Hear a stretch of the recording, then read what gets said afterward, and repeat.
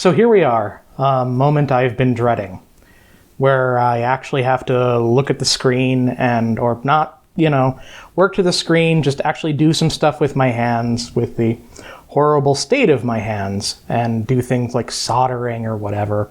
The kind of stuff that YouTube commenters of my stripe just love to judge people on. And, I'm decent with a soldering iron. I'm not, I don't solder every day, but I solder enough, and I know what works for me, and I know what I like, I guess is what I'm saying. But that's what we're up to today. Not a whole lot of soldering, mostly soldering connectors, because here's another thing. So, cabling is not something that I'm 100% sure about how I want to do yet. And a lot of my friends in the LPFM community have said, hey, unshielded twisted pair is good for short runs of balanced audio, where short runs is less than 500 feet. And as somebody who's worked with both twisted pair and other types of cable, I was a little skeptical. But I've now seen it in use at a couple LPFM stations, and I was pretty surprised by what I saw. But I'm not entirely sure I really want to go that route. I mean, if I want to use twisted pair, I thought about maybe I could using shielded twisted pairing, but even if I use shielded twisted pair, the drain wire usually doesn't have anywhere to go on a standard punch panel, so I don't know how useful that would be. So I decided that I was just going to stop hemming and hawing, and I went to one of the big box stores and I bought all sorts of stuff. And I grabbed some cabling and whatnot, and I'm going to build myself a snake adapter, I think is what I'm going to build. So yeah, let's start on that. I'm not going to need any of these just yet. First thing I'm going to need are these guys. So yeah, let's explore this. These are recovered XLR connectors from another radio station, so they should be fairly good. Yeah, that looks pretty good. Oh. Sorry, I don't want to show you my smashed thumb. Nope, that's not corrosion. Let's fire up my gun here, or my iron.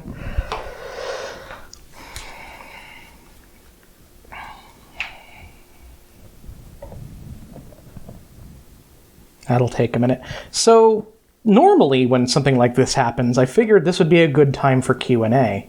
However, nobody's asked me any Qs yet, so maybe just a general fact, things people often ask me about, might be good. And so I thought maybe to start with, I'd talk about the other projects that I referenced in the first episode. All right, we're up to heat. Scrape the gunk off the iron. Well, the thing I'm probably most known for, and for good reason, I've been doing it for long enough, is Ask an Atheist. And it started out as a television show on public access in Seattle and ended up being a community radio show in Tacoma, mainly because I started it with a bunch of friends of mine, and I wanted to do radio, they wanted to do television, but I think we all just wanted to do some sort of mass media thing, because that's what we were working on. That was an important thing to us in the atheism community at the time. And so we started out doing public access, kind of news anchor style. And, and that worked well enough. But then,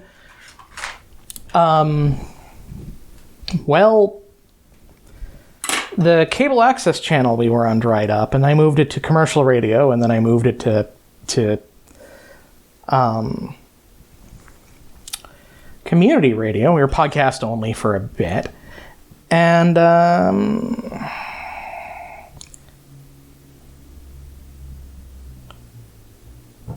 doing this wrong, because I forgot to bring something. I am not someone who can do things all in one hand.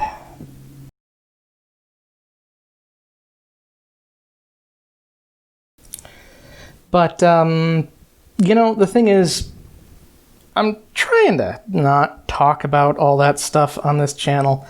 I don't get very much of a technical outlet these days. Sorry, I need to take this out of the screen here. I don't get much of a technical output, place to talk about geek stuff like this these days. And so, that's what I want this to be about.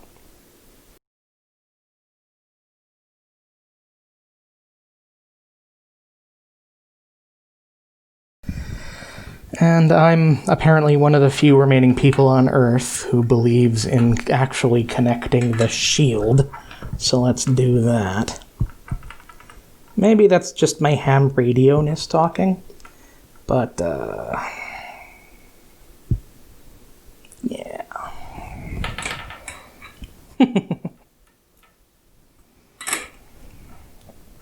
Okay, let's look over here.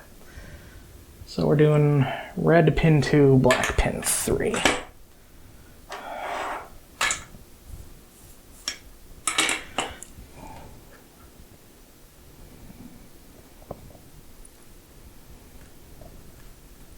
So that's probably what I'm known for, but it's not something I really want to talk about. If you want to ask me questions about that, the best place to go for that would be atheist.radio. That's the website for that. Although, the thing is it's a very traditional style talk radio show. And so we've been kind of taken a step back from it in 2020, which is a bit of a shame because 2020 is our anniversary year. We've now been doing it a decade. Ooh, I don't like the look of that. Because I can't have guests in the studio. And it feels as much as great as internet technology goes. And for us, guests, we have interview guests and all that, but we also do co-hosts. And there is nothing like live radio. Like having guests in the studio, having, doing things direct to air.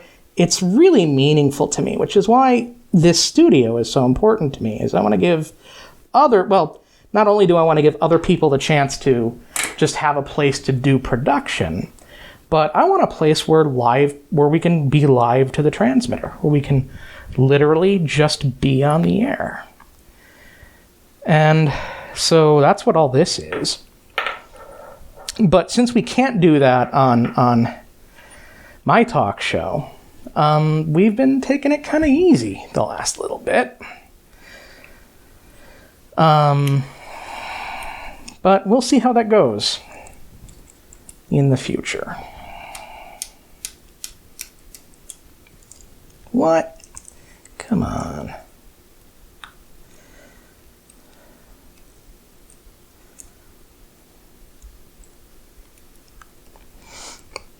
Okay.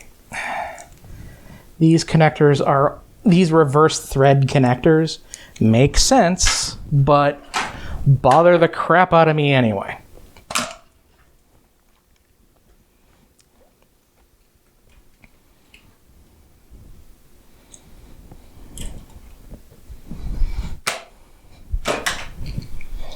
And if you know how much XLR connectors go for, you know why I'm reusing them. Although I'm screwing this one up pretty good, aren't I? Anyway. So the other thing one of the other things I'm known for these days is Radio versus the Martians, which is a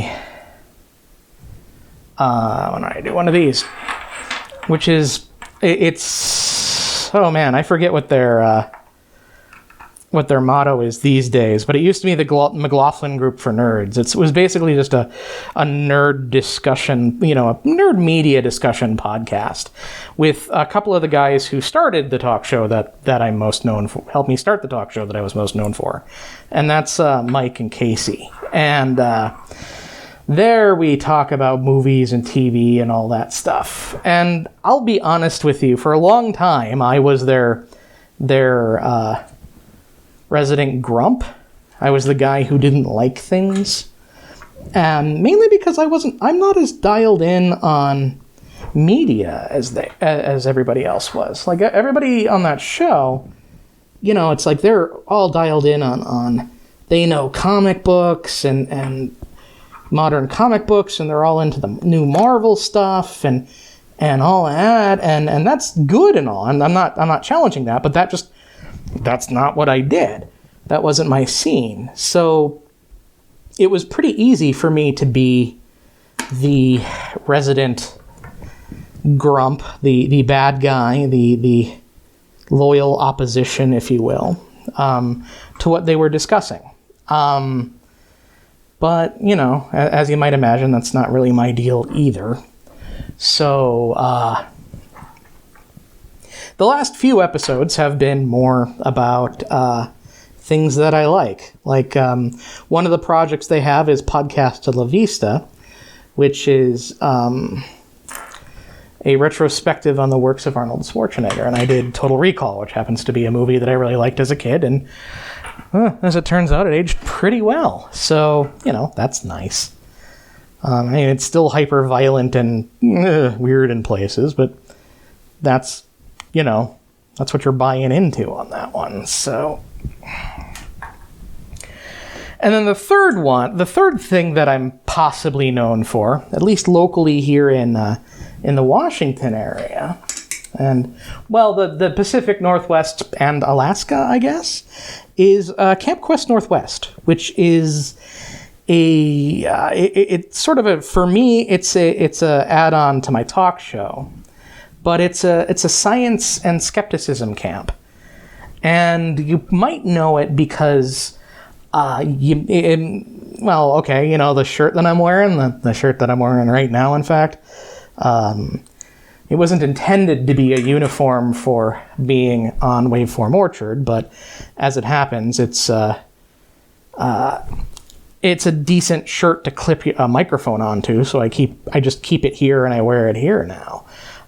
It's got, in addition to a Red Dwarf logo on it, because that's a TV show I happen to like, it has the Camp Quest Northwest logo on it, or one of the Camp Quest logos on it, Camp Quest Northwest logos on it.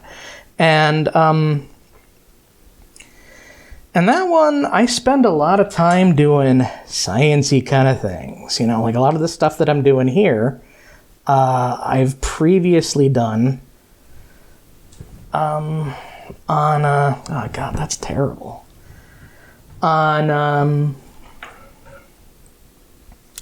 For Camp Quest.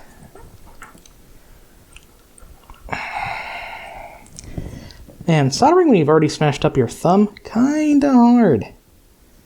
Especially when you're mostly right-handed and it's your left thumb you smashed up.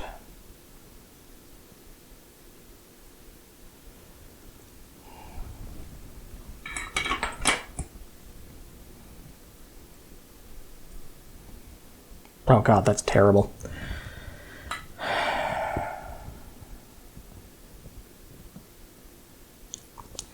But there,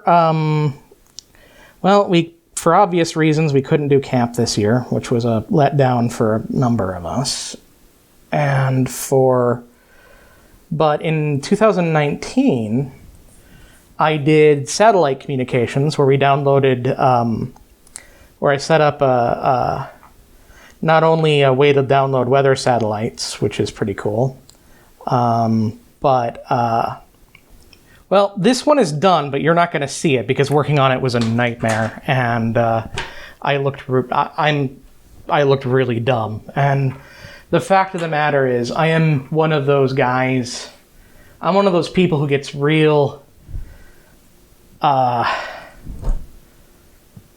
don't know. Doesn't like being watched while I work. I was hoping I was hoping that a camera would help me overcome that, but that doesn't appear to be the case. So I guess we just got to live with what we got. Anyway, one of the things I was going to talk about is, right, Camp Quest Northwest. So what I did in 2019 was a satellite communications unit, which was part of our...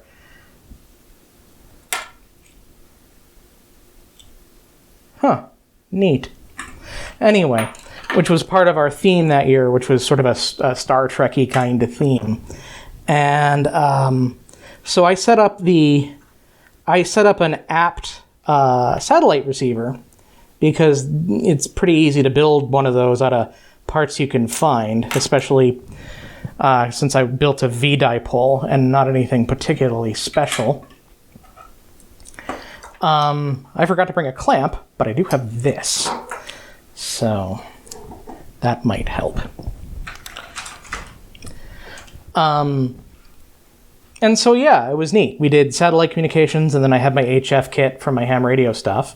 And I, explained the difference between frequencies that pass through the atmosphere and frequencies that are reflected by the atmosphere. And so that was neat, and I had fun with that. And frankly, of the things that I do, Camp Quest is one of my favorites. So the fact that we had to kind of cancel it this year was a bit of a letdown. And in fact, I am not certain that I would be doing this channel right now if a couple of things hadn't intervened, including the fact that we couldn't do camp this year. So, yeah, I mean, I've done other stuff like building crystal radios. I did rocketry one year. That kind of stuff. I hope to redo rocketry someday. Rocketry was fun.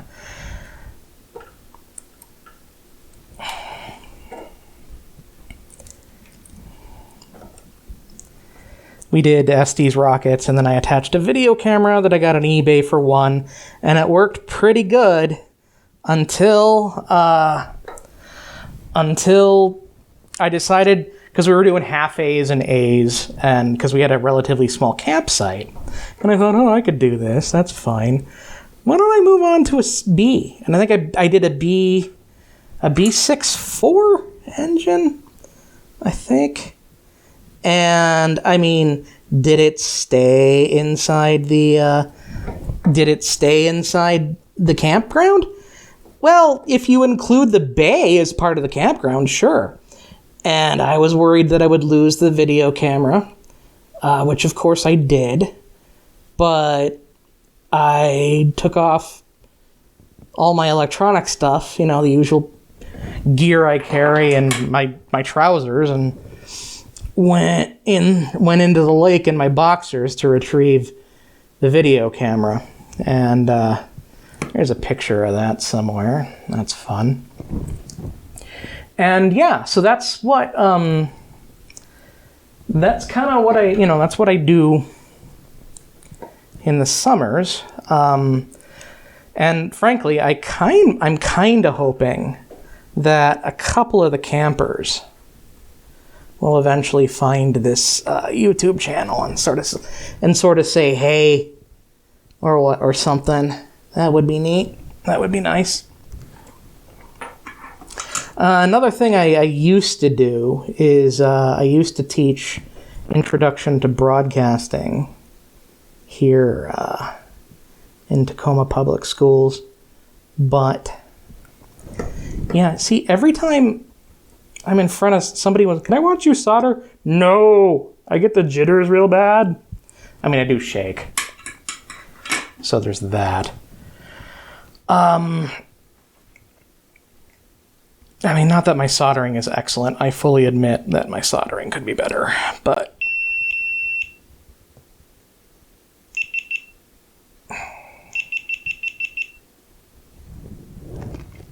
what? All right, well, that's the second one that we had to cut out. The first time because I got embarrassed. The second time because my camera did. I actually think it's overheating a little bit. I think it doesn't like it when it's plugged into an external power source while it's recording. I think it just generates too much heat. But anyway, long story short about Camp Quest Northwest, if you want to find out about that, it's campquestnorthwest.org. It's a big part of my life. It's my entire social circle. And a lot of us are super bummed that we couldn't do it this year, so we're finding other outlets like, I don't know, YouTube. Yeah, it's a big deal to a lot of us.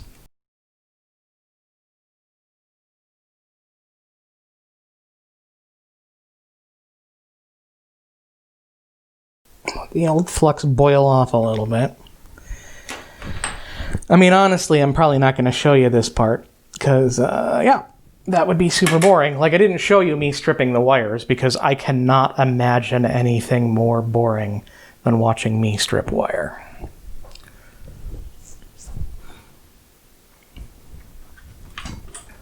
Like, that literally, if you were to ask me to describe hell, like some sort of punishment afterworld, yeah, watching some guy strip wire and having to pretend that it's like amusing or entertaining. Yeah, and yeah, I'd buy that as a believable afterworld. Yeah. Speaking of, I mean, I'd have a lot of questions. I won't lie, but I could see why somebody would think that would work.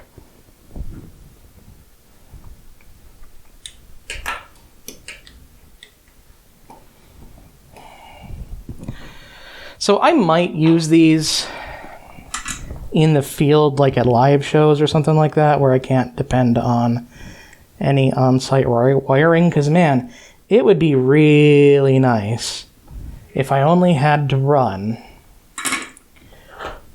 you know, for, say, 3 microphones, if I only had to run one piece of Cat 5 instead of 3 of your standard concert-y microphone cables, it would really lighten up my carry load.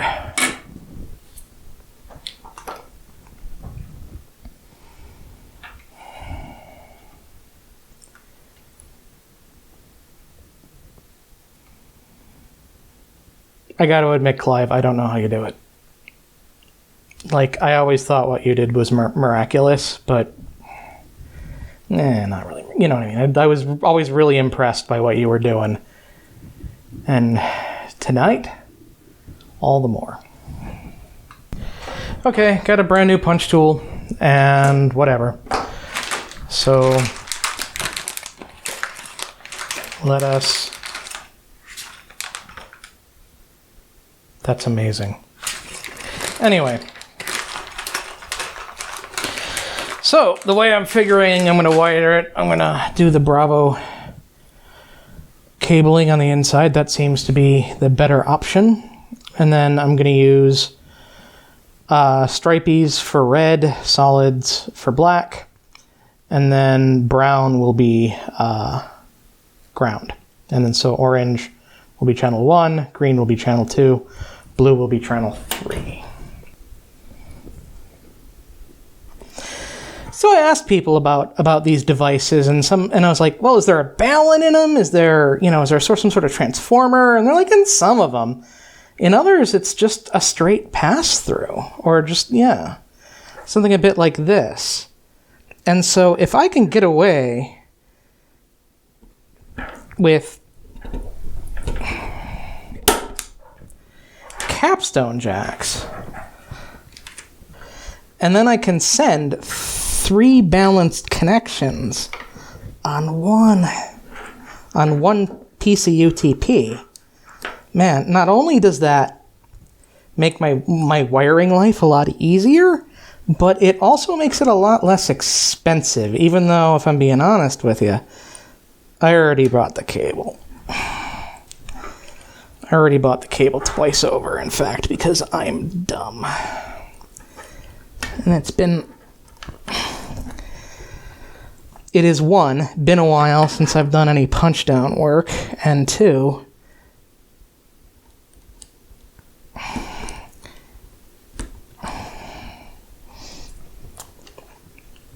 I'm punching multiple ends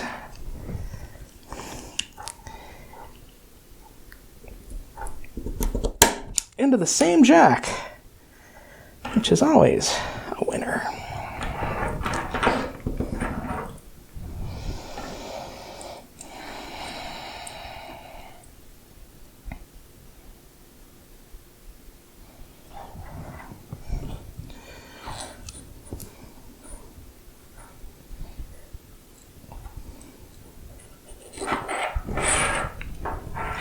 So KTQA presently mostly plays old-time radio, mainly because we did it a little bit backwards because of me, for the most part, and the kind of crew I assembled. So we did the technical part, and we thought building everything else would be comparatively easy, and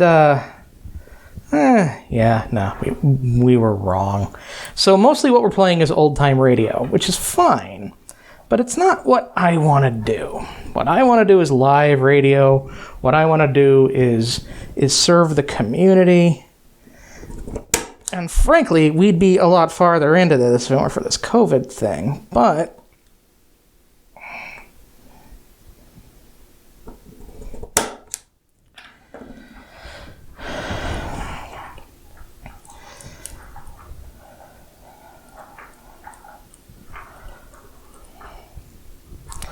I bet you this breaks all over the place and I have to start over.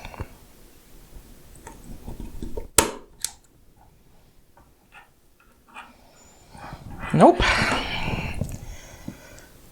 That actually worked way better than it had any right to, and I think next time, though, I'm going to twist all the drain wires together. The only problem is it's fairly common when you're doing weird shit like this, pardon my language, is that cut isn't. Let's give that another push, eh?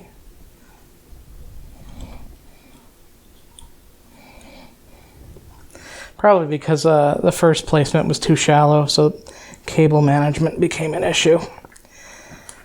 I mean, there's no reason I couldn't split a piece of Cat 5 into the XLRs. That would have made more sense. But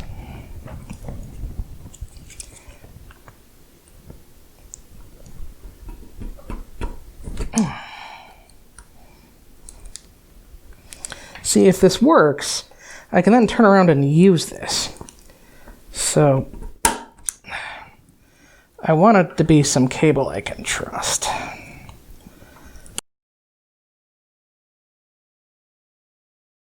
So that's why I did it this way. If I do this the way, if this ends up working, the way I'm going to do it in the broadcast desk is that the XLRs will be right into a piece of Cat 5e. There's not going to be we're only going to run the Belden as actual microphone cable to like actual devices, or as interconnect within a rack, which is also a possibility.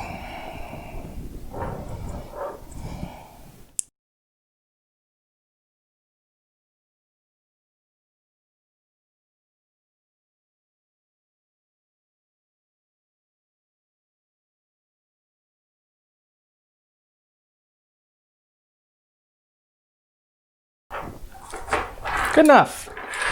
All right, so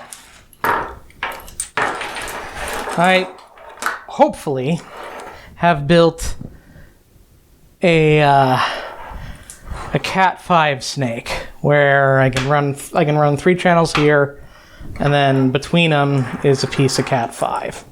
If this works, great. If it doesn't, I'm out some money, but what are you going to do? Oh, no, God, I'm overdriving. God, everything about today sucks. All right, well, I'm going to stop it here and then set up for the test. All right, So I'm holding the camera right now to show you the setup. So I've got my laptop here. Well, this is my laptop. It's a Zen 2 system. Here is my XR18. I've got my twisted pear snake with some fairly standard Cat 5e. It's tangled, it's ugly, it's horrible. It's that way on purpose. This is the patch cable I've been using to do all the testing on here in the studio for the network side. And then here's the other side of the snake. And then here's an RE320. Here's an SM58. Here's a Cobalt 9. So if this works and sounds good and has decent noise figures, this is gonna do the job. All right, I'm here at the end of the snake with 3 microphones and a dummy load, and we're gonna check it out a little bit. Sorry for the lighting, this is an audio test, whatever. So I've got 3 different microphones. You'll notice that I'm also using kind of a ratty, ugly patch cable, because that's kind of the test. It's a little bit tangled, it's a little bit weird. Gives me an idea of where I'm at. Gives me a starting point that isn't pristine, because chances are, as life goes on, things aren't going to be pristine, right? Well, anyway, the first microphone we're using is this RE320. This is the microphone I intend to use here in the studio at all locations. I'm a big fan of Electro Voice microphones. This is sort of the inexpensive version of the RE20 or the ND27, depending on. It has some really good features that make it a very forgiving mic in broadcasting environments, and it brings out, well, not this one, but the RE20 brings my voice out in a way that I quite like. At home, in my home studio, I have 3 20s for the guests and a 20 for me, because occasionally I like to splurge on myself. Well, after that edit, let's move on to the next microphone. This is an SM58. If you've open mic'd or music or comedy or done anything on a stage, you've probably seen these microphones before. They are the standard. They're bulletproof. They work. They don't pick up much off access. They're really great for stage work. This is straight from my remote kit, and they're really straightforward microphones. So not much more I can say about them.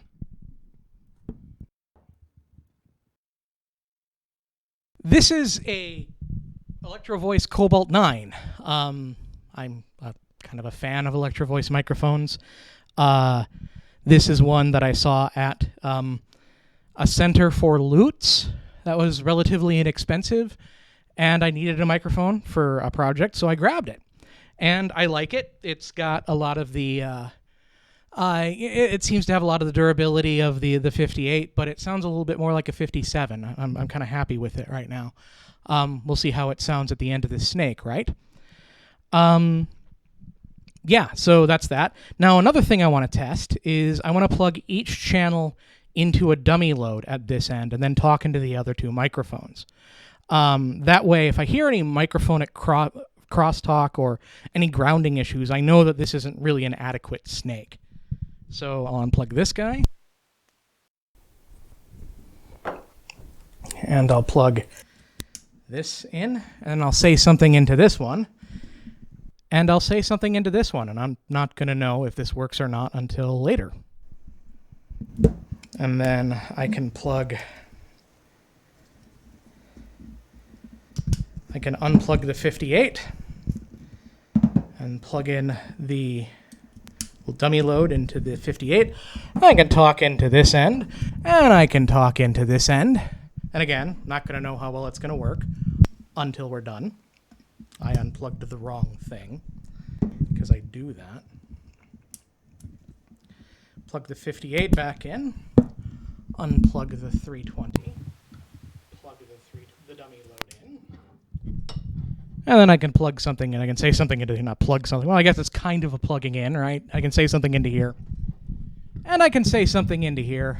And again, if there's any sort of if there's any sort of mischief or microphonic noises or ground loops or anything like that with the dummy load plugged in, I can know what's going on, which helps. It gives me an idea of how this works. I have no idea how this works right now. The recorder's over there. That's part of the test. Right now I have nothing plugged in except the dummy load, and then I'm gonna unplug this guy, plug it back in here, and then I'm going to replace whatever this one's plugged into with the dummy load so I can get a sense of the noise figure on this end and on the other end, and I can get a sense without a microphone of just how much noise this snake is injecting into the system. I think that's enough episode for one episode. Yes. And we finally did it. We broke through the data and some of the furniture stuff and into the audio part of this audio studio. And I finally tested something empirically that I always wondered about is, can you use UTP to move balanced audio? And the question was answered pretty conclusively to me. I mean, you heard it yourself. And it sounded great. I mean, I listened to the comparative noise floors with the dummy load, and it was just a handful of dB. It was barely noticeable, and frankly, it wasn't even enough to warrant plugging it into an analyzer to see what the relative levels were. I could barely tell with my ear. My ear's pretty good. So it works.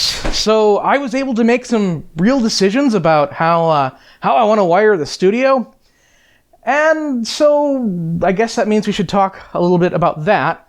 I am definitely not moving as fast as I wanted to. I was hoping to have the studio at least partially operational by the end of the year. I'm beginning to wonder if I'm going to hit that goal. But part of the reason I'm moving a little bit slower is that I keep thinking of parts that I have to order, and then I have to wait for them to come in. And that's kind of where I'm at right now. I'm waiting for some parts to come in so that I can actually begin the wiring process. And we will see some of that, hopefully, either in the next episode or the episode after that, where we'll talk about, the stuff on the whiteboard and the fact that it's a whiteboard. See you then. It was beginning to feel weird to not really be doing a lot of audio on a YouTube channel dedicated to building a radio studio, so I'm really glad that we finally buried the hatchet on that one and tested something that helped me make a lot of decisions about the future of the build-out for the studio. And once again, I'd like to thank my patrons. Everyone you see before you helps make this go. If you would like to be among them, you can click on the Patreon link down in the description of the video, and it'll take you right there. You get to see the videos early, maybe submit questions for stuff that I could talk about next time I have to solder some stuff up. That sort of thing. See you soon. Was that better? Yes. Good.